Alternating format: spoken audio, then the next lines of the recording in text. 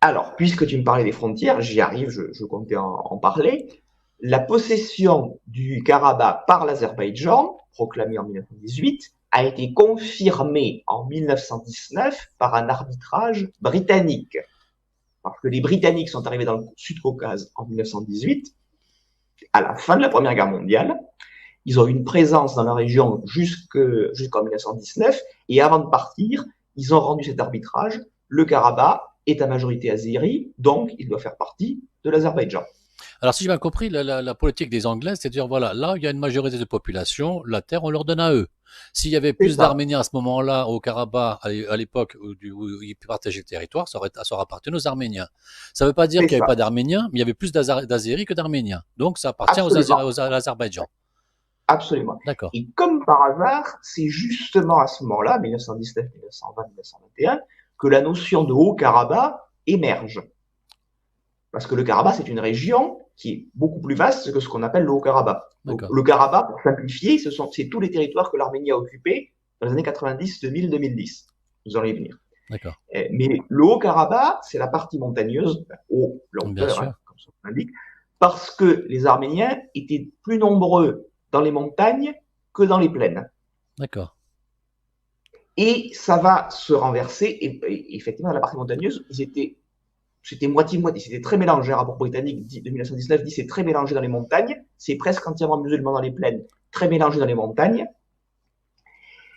Et les Arméniens vont devenir clairement majoritaires dans les montagnes à la suite de massacres et d'expulsions. Mais ça n'est pas du tout limité au Karabakh, c'est pas du tout limité à la guerre entre Azerbaïdjanais et Arméniens pour le contrôle du Karabakh, c'est une politique plus générale du gouvernement arménien qui est composée par la Fédération révolutionnaire arménienne. Vous vous rappelez ceux qui ont été créés en 1990, ceux qui ont attaqué les Azerbaïdjanais en 1905, toujours la même politique qui continue. Et là, je vais vous citer quelques sources parce que ça me paraît fondamental. Première source, ce sont les mémoires de Rouben Terminassian. Rouben Terminassian, vous vous en rappelez peut-être, je vous en ai déjà parlé, c'était le ministre arménien de l'Intérieur Ouais. en 1920. Et ses mémoires sont parues en arménien juste après sa mort, au début des années 50. Et le volume donc, que je vais vous citer, le dernier volume, n'a été traduit en France, n'a été publié en français qu'en 2021. Ah, c'est tout récent. Donc, 70 ans après la parution, ils ont daigné traduire en français. D'accord. Alors que c'est un de leurs héros, c'est une de leurs figures les plus respectées, ils ont le droit de choisir les héros qu'ils veulent, mais ils attendent 70 ans pour traduire. Et en plus, la traduction a été prête depuis 1989. Et on sait pourquoi ça traîne autant? Est-ce que ça dérangeait ce Ben, livre? vous allez comprendre, tu vas comprendre tout de suite quand je vais te citer le passage. D'accord. Je cite la traduction par des membres du parti, hein, c'est pas une traduction Ah, personnelle de Maxime Mohin ou Ce sont de... les Arméniens qui ont traduit le livre arménien. On est d'accord. C'est C'est ça, pas. absolument, D'accord. absolument. D'après la superficie les Arméniens, avaient en main en 1919, nous serions arrivés à la triste conclusion que l'Arménie n'existait pas. Le décompte, l'occupation des terres et le décompte des villages en faisaient plus un Tataristan, donc un Azerbaïdjan, qu'une Arménie. Donc, le monsieur nous explique que la République d'Arménie, telle qu'elle existait en 1919, avait un territoire qui était majoritairement occupé par des musulmans. D'accord. Les Arméniens étaient nombreux, majoritaires dans les deux principales villes, d'accord, à la suite de la politique tsariste dont je vous ai parlé, mais la campagne était très largement musulmane, et notamment azérie. Donc ça expliquerait les 80% de musulmans dans les territoires. C'est ça, c'est un héritage de cette époque où avant c'était encore plus. D'accord. Avec la politique de remplacement, c'était déjà moins, et il y en avait encore beaucoup, notamment dans les campagnes. D'accord. Et Robin Terminassian justifie ainsi d'avoir organisé des expulsions et des massacres pour changer le rapport de force. Mais Et c'est ce très qui est grave ça. remarquable, oui, oui, et ce qui est remarquable, c'est que dans tout son livre, il ne parle jamais de revanche. C'est très froid, en un sens c'est écrit sans haine, c'est pour dire il nous fallait une Arménie avec un peuplé d'Arméniens. Donc tout ce qui n'était pas arménien, on les éclate. C'est ça. Donc tu comprends pourquoi c'était embarrassant de traduire ça. Ouais, je comprends effectivement maintenant. Donc effectivement, ils ont compris que pour avoir une grande Arménie, enfin une Arménie, il fallait avoir une majorité d'Arméniens. Vu qu'il y avait beaucoup de musulmans, ben, qu'est-ce qu'on fait? Soit on les expulse soit on les massacre. Et à mon avis, ils ont dû faire les deux, si j'ai bien compris. Absolument, absolument. Alors, juste quelques sources pour compléter ce que je viens de vous citer. Alors, on va commencer par une note du ministère français des Affaires étrangères, datée de juin 1919, qui s'intitule Le district de Zangezur, donc cette région dont vous avez parlé. Quelques phrases.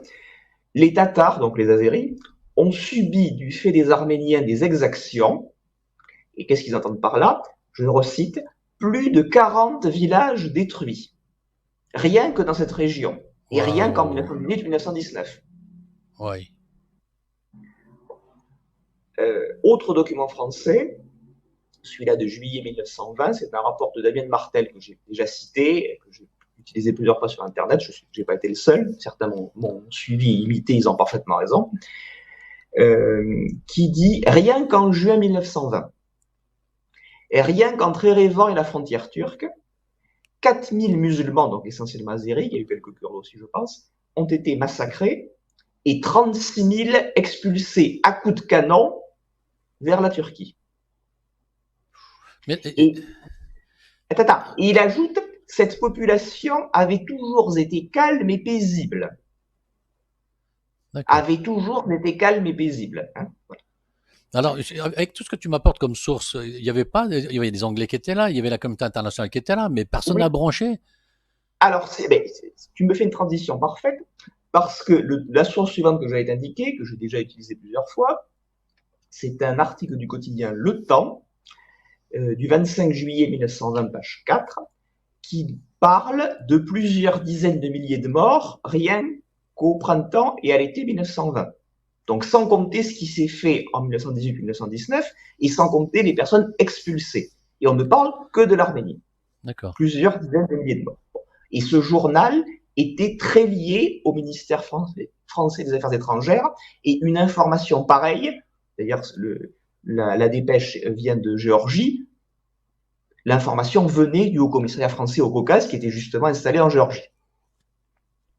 Donc il y avait une volonté du gouvernement français que ce soit connu. D'accord.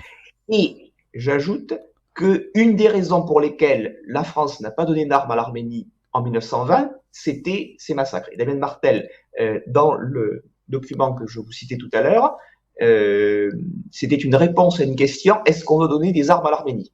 Et tout le document est une série de griefs contre la République arménienne, et le dernier grief de la liste, ce sont les massacres et les expulsions de juin 1920.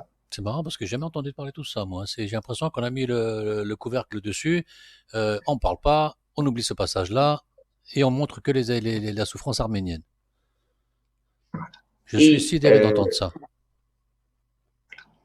Et alors, dernier exemple, c'est fascinant.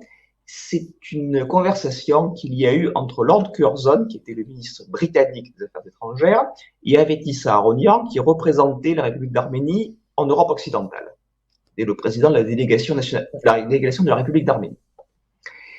Et je ne vous cite pas le compte-rendu britannique, je vous cite le compte-rendu d'Aharonian. Il ne faut pas faire mieux.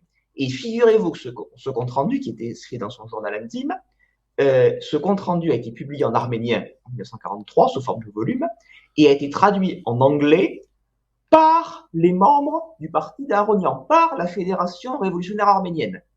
D'accord. Donc, vous entendez des gens comme M. Papazian, par exemple, que vous entendez sur plusieurs plateaux, qui vous parlent de l'histoire, qui vous parlent de ça, et il fait comme si ce que ses propres camarades de parti ont publié n'avait jamais existé. Ben, ça l'intéresse pas. C'est fascinant. On pourrait contrer M. Papazian rien qu'avec ce que ses propres dirigeants ont écrit à l'époque. Alors, qu'est-ce qu'il a écrit? Alors, il rapporte ce que lui dit Lord Curzon, et il lui dit vos trois chefs, Dro, Rassamat Kanayan, ministre arménien de la guerre, Arnazasp, pardon pour la prononciation, et Gulkanganian, sont à la tête des bandes qui ont détruit les villages tatars, donc les villages azéris, et ont organisé des massacres aux Zangezur, à Surnalou, Ekmiadzin et Zangibazar. C'est intolérable.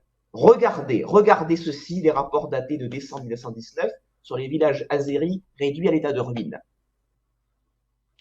Et ce qui est le plus remarquable dans tout ça, c'est que Aharonian rapporte dans son journal qu'il contestait le communiqué officiel azerbaïdjanais, Mais quand Lord Curzon lui dit d'accord, mais mon représentant me parle déjà d'un nombre de massacres tout à fait important, là, Aronian ne dit plus rien.